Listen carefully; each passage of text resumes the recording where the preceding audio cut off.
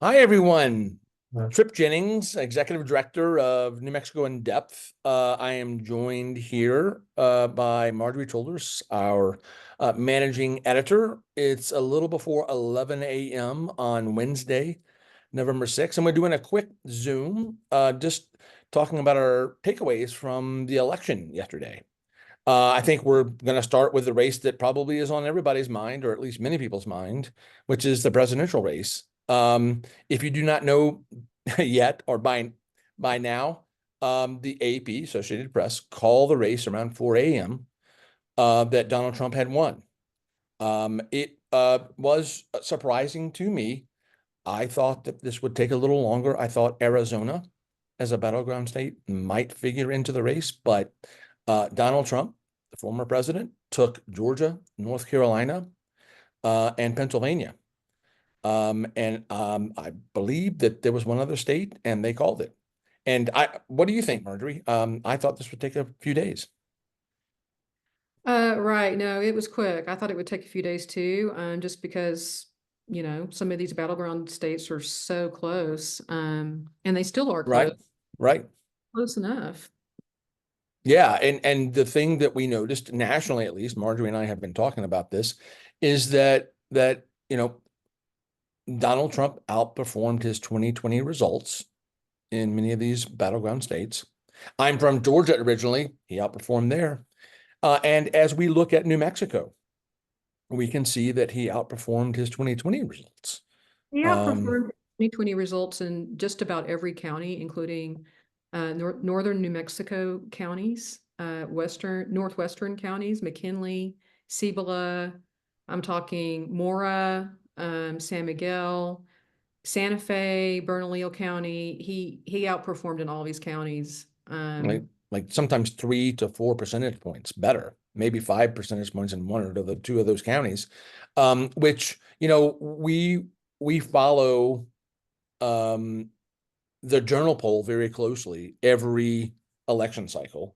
Brian Sanderoff, Research and Polling, best pollster.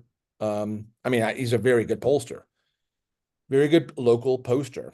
And what we saw is that in 2020, I think Biden won over Trump by 11 percentage points. On October 22nd, when the Journal poll came out, um, it was a 9-point gap. Harris was leading Trump by 9 points. As of this morning, right now in the Secretary of State's office, the margin of victory, Harris won by 6 points, which is within the margin of error for Brian Sanderoff's poll on October 22nd. So he was not wrong. Um, I will say that, as we talked beforehand, that is the most movement we saw in any of the federal races. So it was extraordinary that he picked up, um, more votes in, I think New Mexico was one of the states that had the largest margins of victory for Biden in 2020. Um, what do you think? It's fascinating from a political science kind of perspective for people who follow elections. What do you think?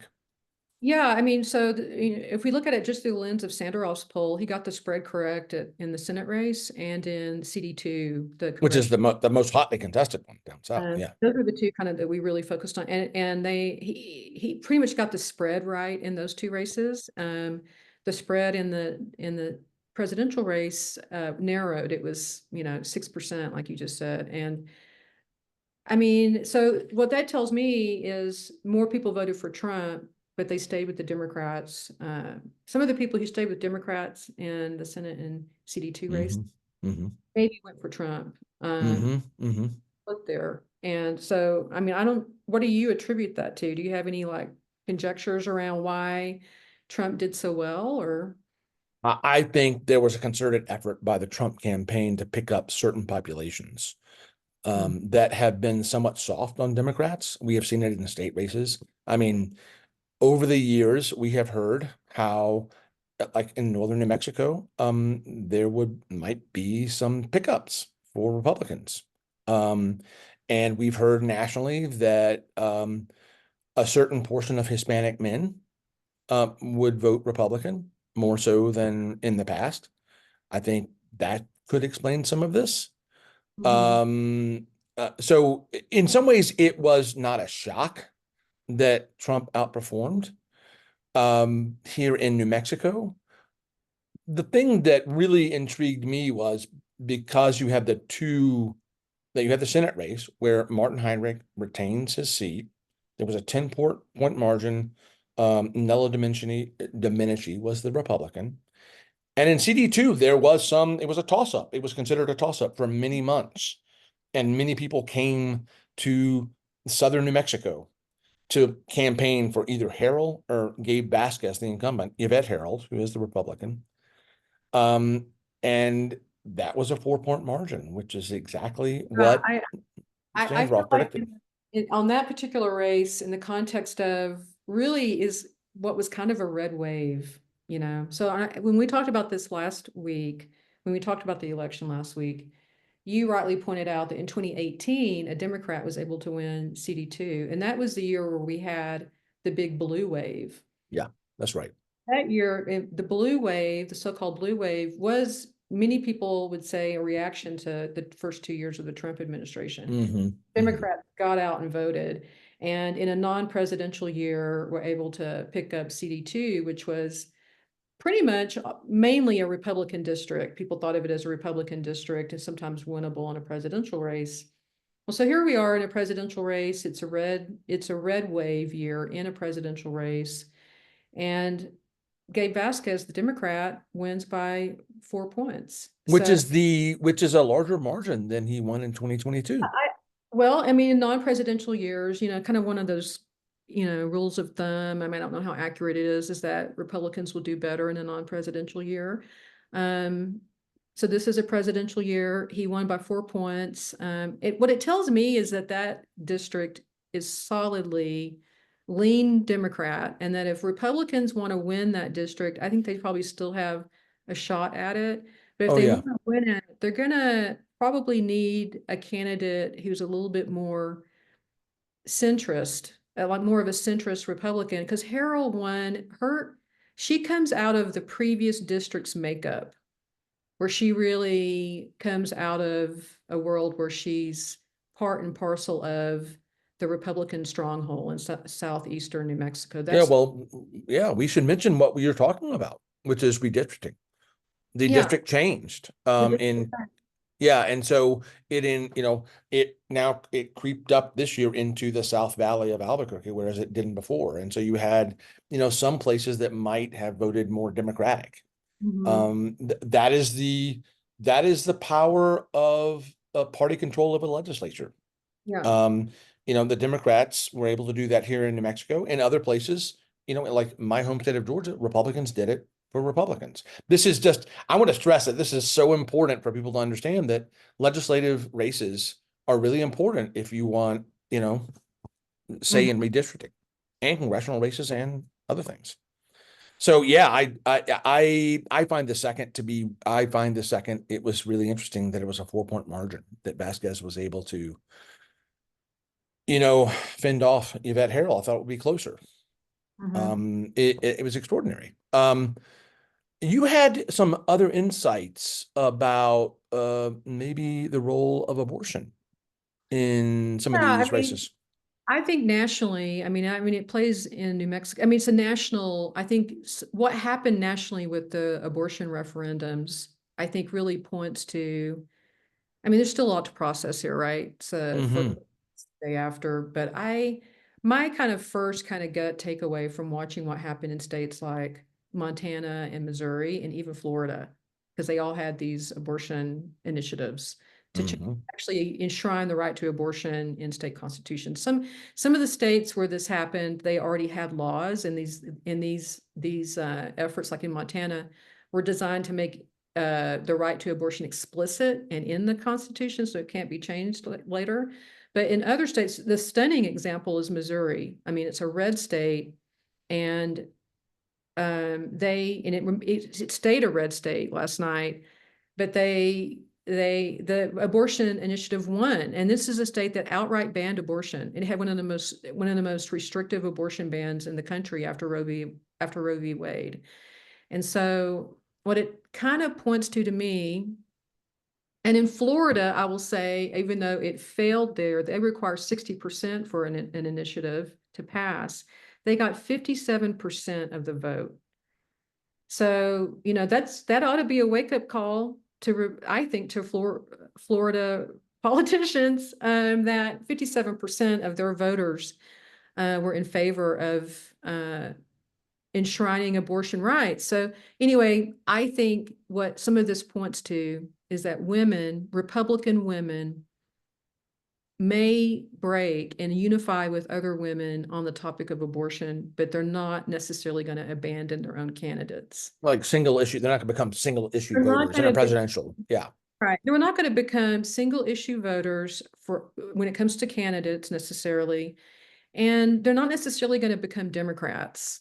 Yeah, yeah. I think, you mentioned this cycle and the states. I mean, everybody pointed to Kansas, earlier when Kansas, basically enshrined the right to abortion after Roe v. Wade. And they were like, what does this mean for, the presidential election? I'm not going to be wedded to this. And I do think, because there's only like 26 states who have varying like rules around initiative processes to change either laws or constitutions or whatnot. Some states don't have that right. So like in, say, Texas, our big neighbor to the east, who's got a total ban on abortion, another highly restrictive ban state, there, who knows what could happen in the long haul. I mean, I think it would require a lot of organizing on the ground for pro-choice, pro-abortion activists and Democrats to change the landscape there, because that would have to happen probably through electing more Democrats or more pro-abortion, at least, politicians, maybe even within the Republican Party. So it's possible that this could be one of those issues that changes the dynamics, but that's going to be there's a long arc there. I think the horizon there is long and would require investment, like real investment. And yeah, and in some ways, if they were to do that, if you would see more like people who were, you know, pro-choice or whatever that language you describe in the Republican primaries, it would be a return to the Republican Party of 30 years ago. I mean, because in my travels around the country, I covered one of the last pro-choice Republicans, Nancy Johnson. And there were many more of her and of her ilk previous to that. So abortion has really dominated the Republican primaries in the last 20, 30 years. I mean, we'll see if that happens. Maybe we should shift now to the legislative races. Yeah, we Because, should do that. But I do also want to just say, and oh, please, yeah. I think it's important to say this, is that, there's going to be a lot to process over the next couple of days, but or weeks, about what happened here with the Democratic Party, which is Biden was the incumbent. People often give an incumbent a second term. Okay. Yeah. What we had was a major upset. Donald Trump came back. And a lot of people might want to say, well, Donald Trump is Donald Trump. He's a special character. He's got like a diehard kind of base, and he's charismatic, all this kind of stuff. And people might want to point to all these issues out there, but I think the Democratic Party is going to need to do some deep soul searching over the next year, in the coming years, over what it did wrong here. And I mean, obviously, they got rid of their candidate in July and put Kamala Harris in. She had 3 months to build a campaign and go out and convince people to vote for her. Never happened in my lifetime. I've never seen a major party do that. I mean, embrace a candidate, their incumbent president, and then in July say, okay, we're not on board with you anymore. We're going to. Yeah, historic election, no question. I mean, Yeah. it is like an unprecedented thing that happened. And I think there's just there's a lot to examine there for that party. I mean, I don't think that we can discount that occurrence. They didn't have a primary. Joe Biden kept saying he wasn't leaving. They didn't challenge him. But at the end of the day, they felt strongly enough about it to give him the boot. And I want to say too, my analysis or observation is that money doesn't equal votes.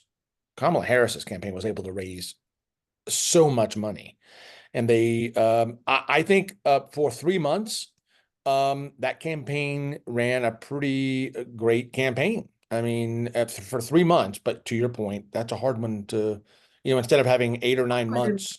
It takes longer than 3 months to build the highly dedicated base of support you need. Mm-hmm. Mm-hmm. Mm-hmm. And to your point that Trump is charismatic, I mean, I went out to the Trump rally in Albuquerque last week, and I will say he's a very charismatic candidate. I say that as someone who's seen a lot of presidential candidates come through the states where I was working, or whatever. As a nation, or as maybe I should say, we as journalists who've seen a lot of elections and races should acknowledge that he is a master of visuals, a master of marketing himself. So I think that there's going to be a lot of introspection on the Democratic side after this election. Mhm. I think one thing that we talked about before this call was also just a reminder that Hispanics are in play. They've always been in play. I don't know what the percentages are for pickups among Latinos with Trump, but I think he probably outperformed 2020. But I will say in 2004, George W. Bush got 44% of the Latino vote. This is not something that anybody can take for granted with Hispanics. No. They're up for grabs. They're a complicated community like any community. So the one other thing that I want to say before we move to the State House, which is I read a really interesting analysis this morning in Reuters, looking at Edison Research has come out and said that self-identified independents accounted for a larger share of voters than Democrats, and were tied with Republicans. This is according to this Edison exit poll reported by in the media. The independent share stood at 34%, compared with 34% for Republicans and 32% for Democrats. So when we see the actual number, Wow. that'll be, I mean, we have to do we have to go out, actually look at the numbers, but Yeah. that is stunning. And of course, New Mexico in depth over the past years, periodically, we have gone and looked at and reported on the growing share of independents in our electorate here in New Mexico. We've got a couple of waves of reporting we've done. And so we've kind of tracked this as a voting bloc, independent grown. They have grown in this state. It is not isolated. I mean, we're part of this, and I think that the parties, so either to me, it's either the independents have really beginning to come into their own as a voting bloc, which are not unified in any kind of party structure, but Right. or it means Democrats stayed home. There's a large percentage of Democrats who might not have voted.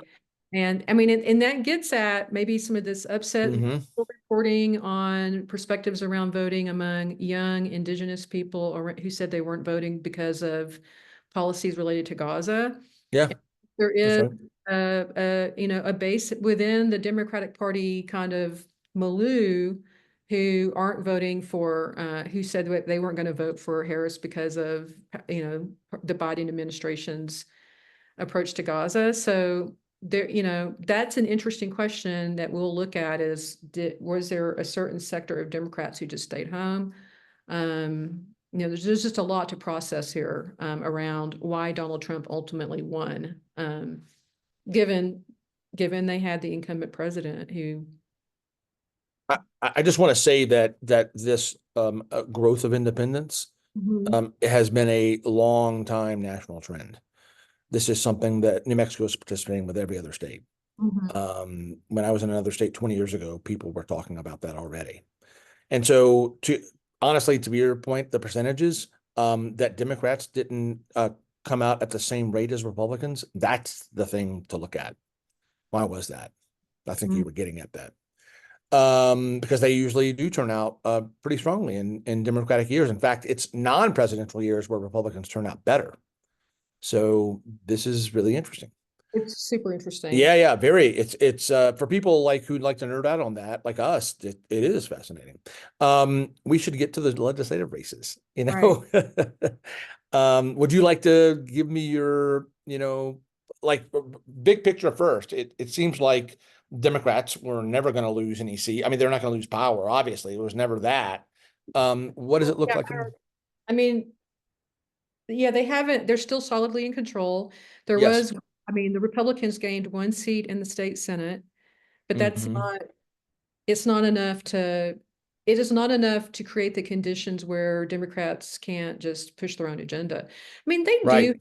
work with, I mean, when I say that kind of thing, I don't mean that they are completely, Democrats do, and we see it up there. We see an attempt at working across the aisle on both sides. Yeah, And we see it from both sides. Yeah, uh, Democrats and Republicans. That's exactly right. Republicans do have, the minority party does have tools at its disposal. I mean, we've seen filibusters up there. We've seen Yeah. and but Democrats definitely have the power to construct the committees the way they want to construct them and whatnot, and put people in control where they want to put them in control of that, that really control the agenda. I would say the biggest shift, and it's kind of, this is a trend also that we've written about in past years, past election cycles, is the state House of Representatives is more progressive.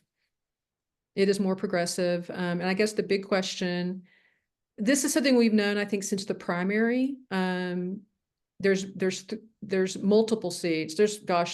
I guess I could count it up, but I would say right now four seats that were previously held by more centrist Democrats are now held by more progressive Democrats.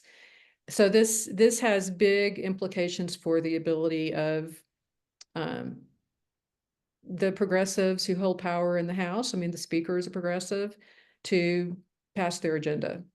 So Let me ask you a quick question because I think you mentioned in an earlier Zoom webinar that the largest money race in the House was between Tara Jaramillo and Rebecca Dow. Jaramillo is the Democrat. Rebecca Dow is the former state rep who ran for governor in 2022. It looks like Rebecca Dow won. no, Um, definitely. I mean, that was definitely an upset of, so one, we definitely have this instance of a Democrat losing their seat. hmm So And that's so a pickup, right? that's a pickup. But you have to, the balance here is um with such the majority, I mean, the Democrats have such a secure majority. They have such a Hmm. comfortable majority that, so you see, there has been all this talk up at the State House over the past couple of years around, is a new conservative coalition of sorts emerging in the State House, where more conservative Democrats join with Republicans to block progressive bills or pass their own. And so we saw some instances of that in the last session, where bills that were progressive darlings, or people were really like, progressive agenda bills that had one last final stop to become law, got stopped on the House floor because of Democrats and Republicans voting together. And so you have to Yeah. view things, even if Rebecca Dow has gone in and booted a Democratic lawmaker, there's enough of those more conservative Democrats who have been replaced by more of the progressive kind of Hmm. Hmm. crowd, that those kinds of bills have a much better chance of winning. Hmm. Real briefly, before we end this call, we should just real quickly talk about Election Day and how it went. Yeah, and then the one other race that we talked about last week was the race down south to where Sarah Silva went for got replaced John Hill, who died in the summer. Mm. Hmm. I wondered if it was a sacrificial seat for Democrats because they primaried Willie Madrid, or some of them did. And no, she won, but it was a squeaker. It was like just over 100 votes. Yeah, it's not low enough. I think the margin of victory not low enough for an automatic recount, I believe. I haven't seen it posted on the Secretary of State's website. But yeah, it was a pretty close vote.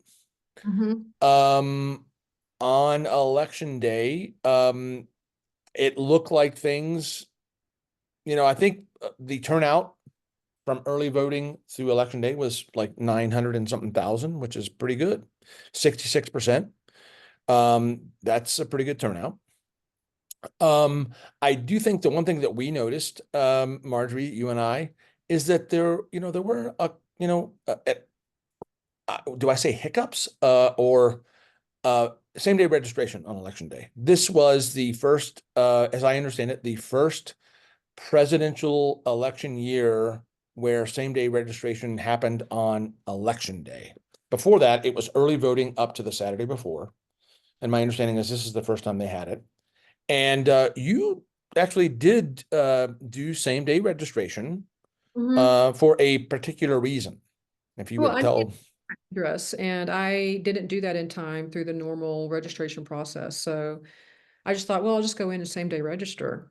And it was easy thing to do. And So it's, change your address, use same day register, and it took yeah, there was a little.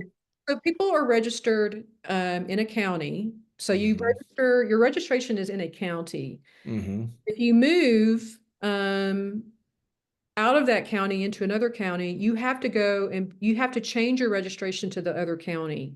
And so mhm, if you don't, so same day registration is the mechanism that you can do that if you don't do it in time. mhm, I'm mhm, really mhm. thankful. I mean, because I mean, I kind of knew in the back of my mind I could same day register, which is a kind of a newish thing in the state. And so I went and I was like, I'm just going to go same day register and vote, and which is what I did. And doing it was super easy. But what I didn't know, and I just didn't know, and people should know, is that it's not instantaneous. So once you same day register, which is where they just take your information and enter it into your computer, there's like a 15 to 20-minute lag, because what is happening is that information is actually going somewhere else, and someone else is actually entering it into the data. And so there's a little bit of a lag. And so for me, I just hung, I was there, and, you just have to wait 15 to 20 minutes, and people should know that. And when I was there doing it, while she was processing my stuff,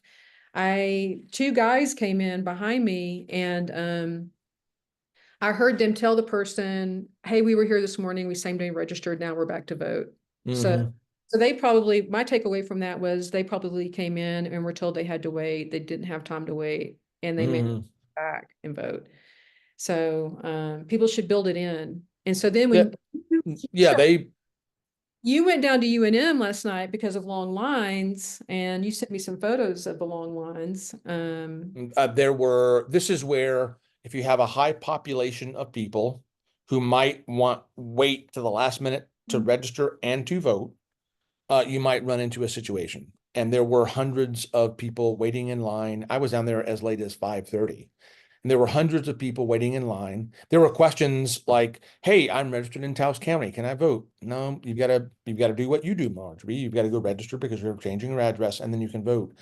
And at some point, I believe, this is secondhand, but I believe that the gap might have been between when they registered and when they were able to vote was closer to an hour. And so there was, some conversation about, and this was 5:30, polls close at 7. How do you work around that? There was some conversation about, handing these folks who registered to vote provisional ballots, because if they got to register at 6:45 and had to wait, that would have been 7:45. And then, this is one of those situations where I think, and we've talked about this before at New Mexico in depth, passing a law is easier than executing the law, because execution and implementation, there, like when it hits the real world, there are bugs that one has to fix. And I'm not blaming anyone. It's just one of those things that it was the first time. And it was a very long line. I went out and surveyed some of the people. I think most of them were students. Are you going to stay in line to register and vote? And everybody I talked to, except for one person, it must have been 15, 20 people. They said, yeah. So they were committed, it looks like. But that was one thing that we saw. Other than that, I think I didn't hear of many problems. They may come, these problems may come out later. But I didn't hear much about problems on election day. which is Yeah. good. Yeah.